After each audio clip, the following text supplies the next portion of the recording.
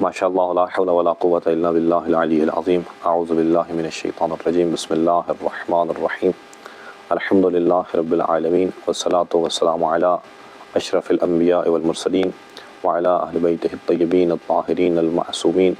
لا سیما بقیت اللہ فی الاراضین روحی و ارواح العالمین لتراب مقدمہ الفدا اما بعد فقد قال اللہ تبارک و تعالی فی کتابہ المجید وفرقانہ الحمید وقولہ الحق بسم اللہ الرحمن الرحیم والمؤمنون والمؤمنات بعضهم اولیاء بعض یأمرون بالمعروف وینہون عن المنکر ویقیمون الصلاة ویؤتون الزکاة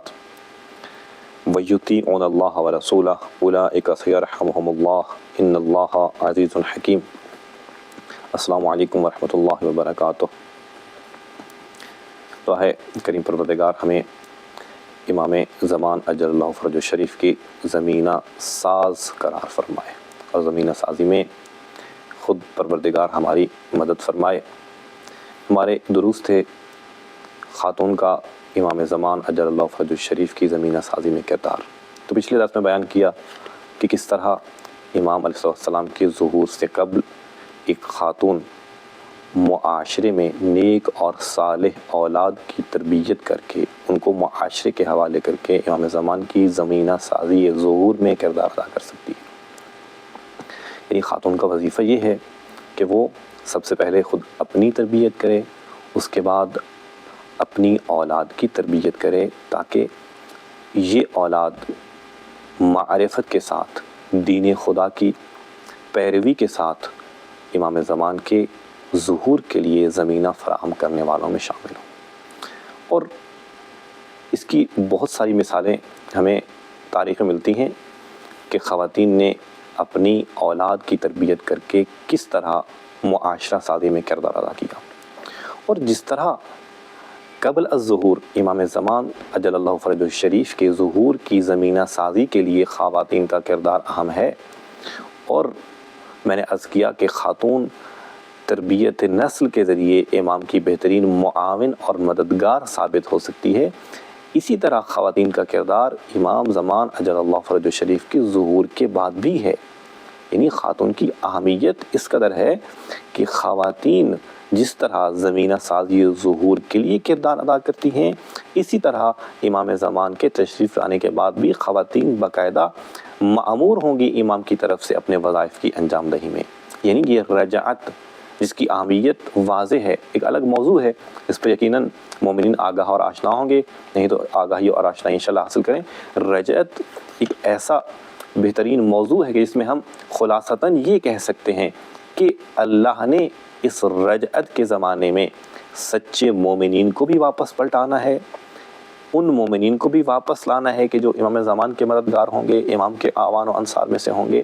اور اسی طرح ظالمین کو بھی امام نے واپس پلٹانا ہے۔ خداوند متعال نے رجعت کے زمانے میں ظالمین کو بھی واپس پلٹانا ہے تاکہ وہ اپنے کیفر کو اسی دنیا میں دیکھ سکے۔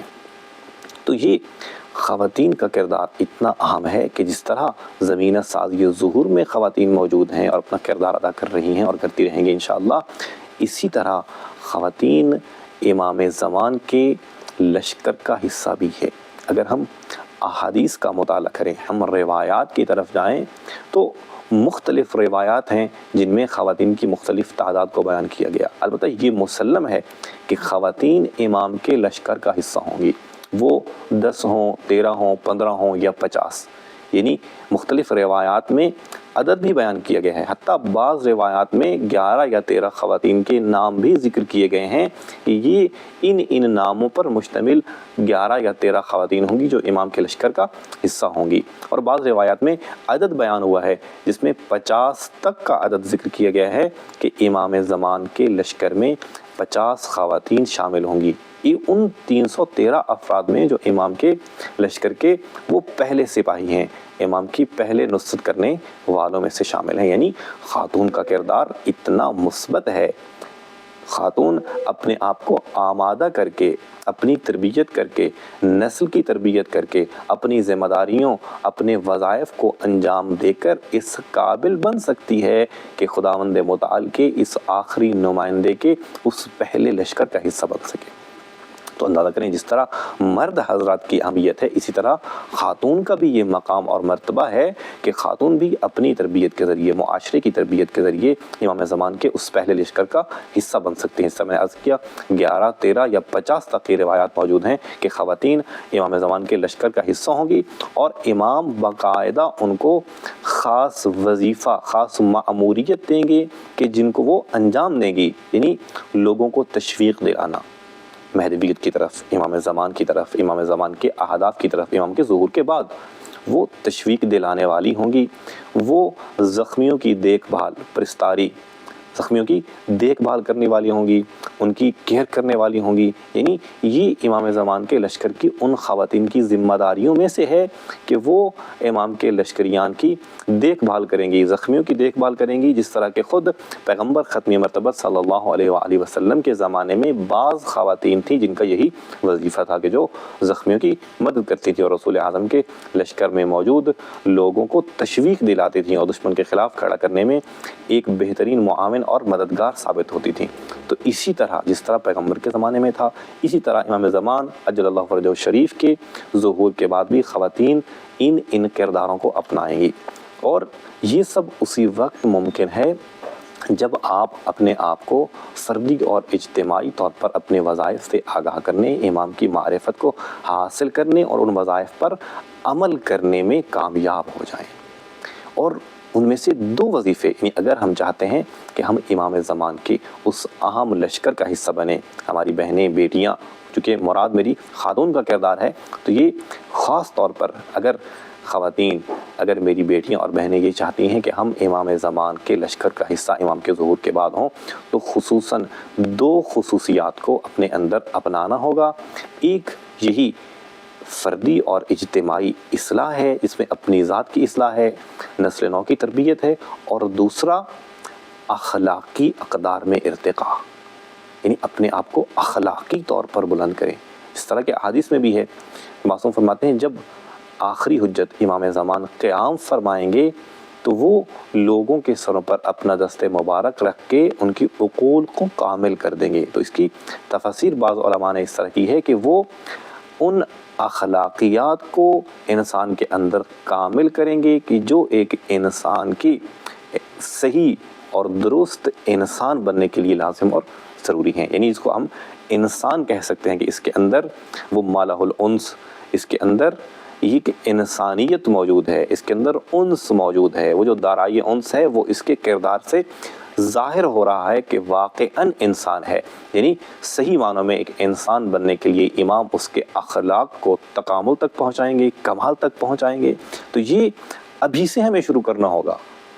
ابھی سے ہمیں اس کی کوشش کرنی ہوگی کہ اپنے اندر جتنی بھی رذائل اخلاقی ہیں ان کو خود سے دور کریں، ان رذائل سے اپنے آپ کو پاک اور پاکیزہ کریں، اور وہ کمال اخلاق کہ جو انسان کو امام کے قریب کر سکتا ہے، جو انسان کو اس معاشرے میں ایک مثبت مہدوی فرد کے طور پر پہچنوا سکتا ہے۔ چونکہ ہم اس معاشرے میں جو اپنے آپ کو منتظران کہنے والے ہیں، جو اپنے آپ کو امام زمان کے انتظار کرنے والوں میں شمار کرتے ہیں، یہ ہمارا وظیفہ اور فریضہ ہے کہ ہم اپنے آپ کو اپنے امام کے نمائندے کے طور پر تربیت کریں، اپنے آپ کو ہم اس طرح آمادہ کریں کہ اگر معاشرے میں کوئی فرد ہمارے کردار کی طرف نگاہ کرے تو وہ کہہ سکے کہ یہ واقعاً امام زمان کے انتظار کرنے والوں میں سے ایک فرد ہے۔ تو خواتین کی ذمہ داری یہ ہے کہ وہ ان تمام خصوصیات کہ جن خصوصیات کو اپنا کر امام زمان کے لشکریان میں شامل ہو سکتی ہیں، وہ اپنے آپ کو ان صفات اخلاقی سے متصف کرنے کی کوشش کریں۔ چونکہ خاتون کا کردار اس ظہور کے زمینہ سازی میں بھی اہم ہے، اور بعد ظہور بھی امام کے لشکر میں خواتین کی خاصی تعداد جس طرح کے احادیث میں بیان ہوئی ہے موجود ہے۔ تو سب سے پہلے خواتین کو اپنی ذمہ داریوں کو سمجھنا ہوگا۔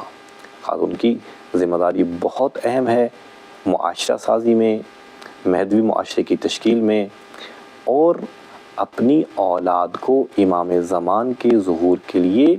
آمادہ کرنے میں۔ آج کل جس طرح معاشرے میں مشکلات بہت زیادہ ہیں، مسائل بہت زیادہ ہیں، اسی طرح ہمارے معاشرے کی خواتین کی ذمہ داریاں بھی سختر اور مشکل تر ہیں۔ یعنی اگر ہم ابتدا سے ہی، بچپنے سے ہی اپنے بچے کو، اپنی اولاد کو معرفت دین نہیں دیں گے، دین سے آگاہ نہیں کریں گے، تو بڑا ہو کر کبھی وہ اس دین پر عمل نہیں کرے گا۔ اور معرفت دین پر عمل کرنے کے بغیر کسی بھی صورت میں ہم امام زمان کے ظہور کے لیے زمینہ سازی نہیں کر سکتے۔ تو اب مختصر طور پر یہ بیان کروں کہ 3 ایسے وظائف جن پر عمل کر کے ایک خاتون، ایک ہماری ماں، بہن اور بیٹی اپنے آپ کو مہدوی معاشرے کے لیے آمادہ کر سکتی ہے، وہ سب سے پہلے خود اپنی تربیت کرنے کے بعد مہدویت کی تبلیغ ہے۔ یعنی ہماری ماں، بہن اور بیٹی کو چاہیے، اگر وہ چاہتی ہیں کہ زمینہ سازی ظہور میں بھی کردار ادا کریں، اور زمینہ سازی ظہور کے بعد امام زمان کے خود قیام کے دنوں میں وہ خواتین جو امام کے لشکر کا حصہ بنے گی ان میں شامل ہو سکیں، تو اس کو ابھی سے اپنے آپ کو آمادہ کرنا ہوگا۔ پہلی خصوصیت اس میں کیا ہو کہ وہ اپنی تربیت کے بعد مہدویت کی تبلیغ اور پرچار کرنے والوں میں سے ہوں۔ خود پہلے اپنے آپ کو اس قابل بنائیں کہ لوگ آپ کو واقعاً امام کا منتظر سمجھیں، آپ کی اخلاق، آپ کی عادات، آپ کی ساخت، آپ کا دکھاؤ ایسا ہو کہ آپ اپنی شکل و صورت، اپنے لباس، عفاف، حجاب، یعنی ہر تمام خصوصیات سے آپ معاشرے کو یہ لگیں کہ یہ واقعاً خدا کے دین پر عمل پیرا ہے اور زمانے کے امام کے ظہور کرنے والی ہے۔ دوسرا، مہدویت کی تبلیغ لوگوں میں، اپنی نسل میں، اپنے معاشرے میں جہاں تک آپ اثر انداز ہو سکتی ہیں، جہاں تک آپ مؤثر ہیں، مہدویت کی تبلیغ کریں، لوگوں کو امام زمان کے قریب لائیں۔ اور اس کے بعد ارتقاء اخلاقی، جو میں پہلے عرض کر چکا ہوں، ارتقاء اخلاقی اپنے آپ میں صفات حسن اخلاق کو پیدا کریں اور رذائل اخلاقی سے اجتناب کریں۔ یہ چند وہ چیزیں ہیں کہ جن کو ہم ابتدائی طور پر اپنانے کے بعد امام زمان عجل اللہ فرجہ الشریف کے ظہور کے لیے زمینہ سازی بھی کر سکتے ہیں، اور امام کے ظہور کے بعد ان خواتین، ان افراد اور اشخاص میں بھی شامل ہو سکتے ہیں کہ جو امام کے لشکر کا حصہ ہیں۔ دعا ہے کریم پروردگار ہمیں امام کی تعلیمات کو سمجھنے، پڑھنے اور ان پر عمل کر کے نشر و اشاعت کی توفیق مرحمت فرمائے، اور ہمارے ان الفاظ کو پروردگار اپنی بارگاہ میں قبول اور منظور فرمائے۔ والسلام علیکم ورحمۃ اللہ وبرکاتہ۔